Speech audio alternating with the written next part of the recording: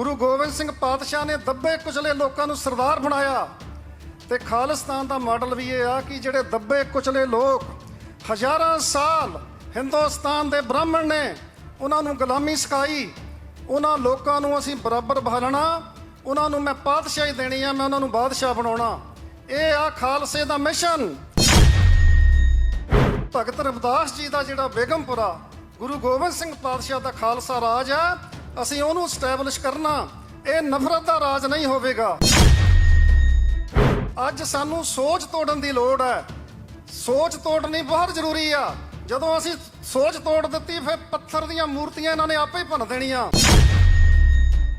ਖਾਲਸੇ ਦਾ ਮਕਸਦ ਹੈ ਕਿ ਅਸੀਂ ਜ਼ਬਰ ਦੇ ਖਿਲਾਫ ਲੜਾਈ ਲੜਨੀ ਆ।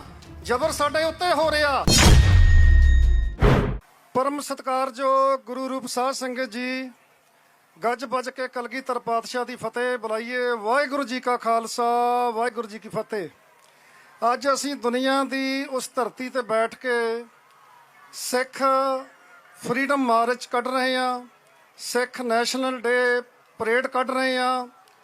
ਇਸ ਤੋਂ ਪਹਿਲਾਂ ਵੀ ਡਾਕਟਰ ਗੁਰਮੀਤ ਸਿੰਘ ਔਲਖ ਹੋਣਾ ਨੇ 1999 ਦੇ ਵਿੱਚ ਪਹਿਲਾ ਨਗਰ ਕੀਰਤਨ ਜਿਹੜਾ ਆ ਉਹ 300 ਸਾਲਾ ਖਾਲਸੇ ਨੂੰ ਸਮਰਪਿਤ ਕੀਤਾ ਸੀ। ਉਸ ਤੋਂ ਬਾਅਦ ਡਾਕਟਰ ਪਰਮਜੀਤ ਸਿੰਘ ਅਜਰਾਵਤ ਨੇ 13 ਨਗਰ ਕੀਰਤਨ ਕੱਢੇ ਤੇ 8ਵਾਂ ਨਗਰ ਕੀਰਤਨ ਜਿਹੜਾ ਜਿਹਦੇ ਵਿੱਚ ਅੱਜ ਆਪਾਂ ਸ਼ਮੂਲੀਅਤ ਕੀਤੀ ਹੋਈ ਆ।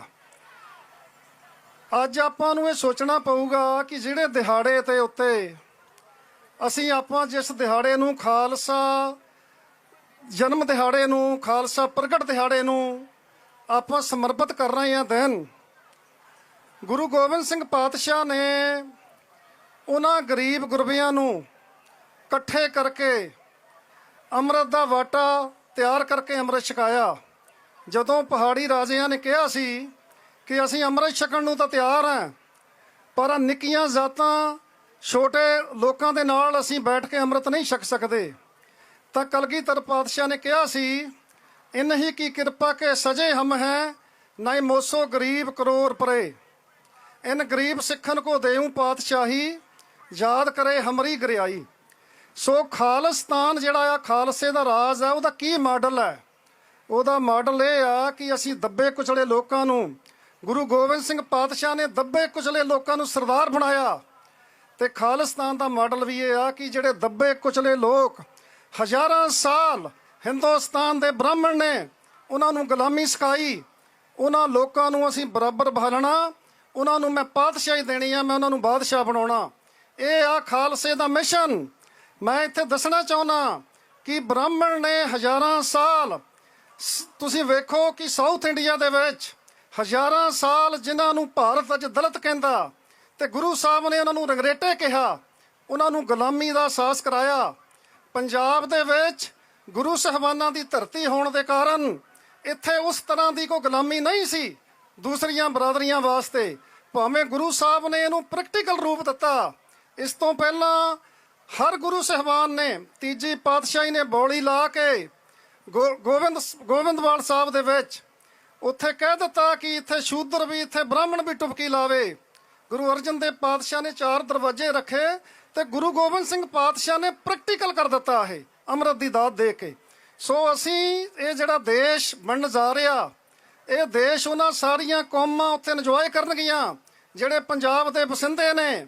ਜਦੋਂ ਇਹ ਦੇਸ਼ ਸਟੈਬਲਿਸ਼ ਹੋਊਗਾ ਤੇ ਜਿਹੜਾ ਸਾਊਥ ਏਸ਼ੀਆ ਦਾ ਡਰ ਸਾਡੇ ਤੇ ਮੰਡਰਾ ਰਿਹਾ ਉਹ ਖਤਮ ਹੋਊਗਾ। 3 ਦੇਸ਼ ਜਿਹੜੇ ਨਿਊਕਲੀਅਰ ਸਾਡੇ ਦੁਆਲੇ ਬੈਠੇ ਨੇ, ਉਹਦੇ ਵਿੱਚ ਖਾਲਿਸਤਾਨ ਦਾ ਸਟੈਬਲਿਸ਼ ਹੋਣਾ ਬਹੁਤ ਜ਼ਰੂਰੀ ਆ। ਸੋ ਜਿਹਦੇ ਵਿੱਚ ਮੈਂ ਸਮਝਦਾ ਕਿ ਹਰ ਧਰਮ ਦੇ ਲੋਕ ਐਕਸਰਸਾਈਜ਼ ਕਰਨਗੇ। ਉੱਥੇ ਦਾ ਵਪਾਰੀ ਜਿਹੜਾ ਆ ਉਹ ਰਸ਼ੀਆ ਤੱਕ ਆਪਣਾ ਵਪਾਰ ਕਰੇਗਾ, ਕਿਸਾਨ ਆਪਣੀ ਫਸਲ ਜਿਹੜੀ ਆ ਉਹ ਅਰਬ ਮੁਲਕਾਂ ਤੱਕ ਲੈ ਕੇ ਜਾਵੇਗਾ। ਉੱਥੇ ਜਿਹੜਾ ਮਜ਼ਦੂਰ ਆ, ਖੇਤ ਮਜ਼ਦੂਰ ਆ, ਉਹ ਵੀ ਰੱਜ ਕੇ ਰੋਟੀ ਖਾਵੇਗਾ। ਅਸੀਂ ਭਗਤ ਰਵਿਦਾਸ ਜੀ ਦਾ ਜਿਹੜਾ ਬੇਗਮਪੁਰਾ ਗੁਰੂ ਗੋਬਿੰਦ ਸਿੰਘ ਪਾਤਸ਼ਾਹ ਦਾ ਖਾਲਸਾ ਰਾਜ ਆ, ਅਸੀਂ ਉਹਨੂੰ ਸਟੈਬਲਿਸ਼ ਕਰਨਾ। ਇਹ ਨਫ਼ਰਤ ਦਾ ਰਾਜ ਨਹੀਂ ਹੋਵੇਗਾ। ਸੋ ਤੁਸੀਂ ਦੇਖੋ ਹਰਿਆਣੇ ਦੇ ਵਿੱਚ ਅੱਜ ਜਾਟ ਪਰਿਵਾਰਾਂ ਨੇ ਇਸ ਗੱਲ ਨੂੰ ਸਮਝਿਆ। ਜੇ ਅਸੀਂ ਜਾ ਕੇ ਉਹਨਾਂ ਦੇ ਪਰਿਵਾਰਾਂ ਦੇ ਵਿੱਚ ਕਹਿੰਦੇ ਕਿ ਮੂਰਤੀਆਂ ਭੰਨ ਦਿਓ, ਤੇ ਉਹਨਾਂ ਨੇ ਨਹੀਂ ਭੰਨਣੀਆਂ ਸੀ। ਉਹਨਾਂ ਦੀ ਸੋਚ ਤੋੜੀ ਵਿਦਵਾਨਾਂ ਨੇ ਤੇ ਉਹਨਾਂ ਨੇ ਮੂਰਤੀਆਂ ਕੱਢ ਕੇ ਬਾਹਰ ਰੱਖ ਦਿੱਤੀਆਂ। ਅੱਜ ਸਾਨੂੰ ਸੋਚ ਤੋੜਨ ਦੀ ਲੋੜ ਹੈ। ਸੋਚ ਤੋੜਨੀ ਬਹੁਤ ਜ਼ਰੂਰੀ ਆ। ਜਦੋਂ ਅਸੀਂ ਸੋਚ ਤੋੜ ਦਿੱਤੀ, ਫਿਰ ਪੱਥਰ ਦੀਆਂ ਮੂਰਤੀਆਂ ਇਹਨਾਂ ਨੇ ਆਪੇ ਹੀ ਭੰਨ ਦੇਣੀਆਂ। ਸੋ ਗੁਰੂ ਗੋਬਿੰਦ ਸਿੰਘ ਪਾਤਸ਼ਾਹ ਦੀ ਅੱਜ ਜਿਹੜੀ ਸੋਚ ਹੈ ਉਹਨੂੰ ਐਸਟੈਬਲਿਸ਼ ਕਰੀਏ ਤੇ ਆਪਣੇ ਮੁਲਕ ਲਈ ਵਚਨਬੱਧ ਹੋਈਏ। 17 ਅਗਸਤ ਨੂੰ ਆਪਾਂ ਸਾਰਿਆਂ ਨੂੰ ਪਤਾ, ਪੰਨੂ ਸਾਹਿਬ ਵੀ ਦੱਸ ਕੇ ਗਏ ਨੇ, ਇੱਥੇ ਰੈਫਰੈਂਡਮ ਦੀਆਂ ਵੋਟਾਂ ਪੈ ਰਹੀਆਂ ਖਾਲਿਸਤਾਨ ਦੀਆਂ। ਮੇਰੀਆਂ ਇਹ ਸਾਰੇ ਮਾਈ ਭਾਈ ਨੂੰ ਬੇਨਤੀ ਆ, ਗੁਰੂ ਗੋਬਿੰਦ ਸਿੰਘ ਪਾਤਸ਼ਾਹ ਨੇ 239 ਸਾਲ ਬਾਅਦ ਖਾਲਸਾ ਕਿਉਂ ਸਾਜਿਆ? ਖਾਲਸੇ ਦਾ ਮਕਸਦ ਹੈ ਕਿ ਅਸੀਂ ਜ਼ਬਰ ਦੇ ਖਿਲਾਫ ਲੜਾਈ ਲੜਨੀ ਆ। ਜ਼ਬਰ ਸਾਡੇ ਉੱਤੇ ਹੋ ਰਿਹਾ, ਆ ਇੱਕ ਸਾਡੇ ਵਾਂਗ ਇੱਕ ਦੁਖੀ ਕੌਮ ਪਿੱਛੇ ਜਾ ਰਹੀ ਆ ਤੁਹਾਡੇ ਸਾਹਮਣੇ। ਇਹਨਾਂ ਕੋ 50-55 ਮੁਲਕ ਵੀ ਨੇ ਮੁਸਲਮਾਨਾਂ ਕੋ, ਸਾਡੇ ਕੋਲ ਕੁਝ ਵੀ ਨਹੀਂ। ਅਸੀਂ ਸਟੇਟਲੈਸ ਸਿੱਖ ਹਾਂ। ਤੇ ਪਰ ਜਦੋਂ ਹੁਣ ਮੋਦੀ ਇੱਥੇ ਆਇਆ, ਅੱਗੇ ਤਾਂ ਇਹ ਪਾਕਿਸਤਾਨ ਕਸ਼ਮੀਰ ਦਾ ਰੌਲਾ ਪਾਉਂਦੇ ਸੀ, ਹੁਣ ਤਾਂ ਖਾਲਿਸਤਾਨ ਦਾ ਰੌਲਾ ਪਾ ਰਹੇ ਨੇ। ਸੋ ਅੱਜ ਸਾਡੀ ਗੱਲ ਜਿਹੜੀ ਆ ਦੁਨੀਆ ਦੇ ਕੋਨੇ-ਕੋਨੇ ਪਰ ਜਾ ਚੁੱਕੀ ਆ। ਸਾਨੂੰ ਫੂਕ-ਫੂਕ ਕੇ ਪੈਰ ਧਰਨਾ ਪਊਗਾ, ਮੰਜ਼ਿਲ ਬਹੁਤੀ ਦੂਰ ਨਹੀਂ ਸਾਡੀ। ਸੋ ਮੈਂ ਤੁਹਾਡਾ ਸਾਰਿਆਂ ਦਾ, ਬਾਹਰਲੀਆਂ ਕਮੇਟੀਆਂ ਦਾ, ਈਸਟ ਕੋਸਟ ਕਮੇਟੀ ਦਾ, ਸਾਰੇ ਪਤਵੰਤੇ ਸੱਜਣਾਂ ਦਾ ਤਹਿ ਦਿਲੋਂ ਧੰਨਵਾਦ ਕਰਦਾ ਹਾਂ। ਮੈਂ ਸ਼੍ਰੋਮਣੀ ਅਕਾਲੀ ਦਲ ਅੰਮ੍ਰਿਤਸਰ ਦੇ ਕੌਮੀ ਪ੍ਰਧਾਨ ਸਰਦਾਰ ਸਿਮਰਨਜੀਤ ਸਿੰਘ ਮਾਨ ਵੱਲੋਂ ਇਸ ਸ਼ੁਭ ਦਿਹਾੜੇ ਤੇ ਆਪ ਸਾਰਿਆਂ ਨੂੰ ਮੁਬਾਰਕਬਾਦ ਦਿੰਦਾ ਹੋਇਆ ਫਤਿਹ ਅਰਜ਼ ਕਰਦਾ। ਵਾਹਿਗੁਰੂ ਜੀ ਕਾ ਖਾਲਸਾ, ਵਾਹਿਗੁਰੂ ਜੀ ਕੀ ਫਤਿਹ ਜੀ।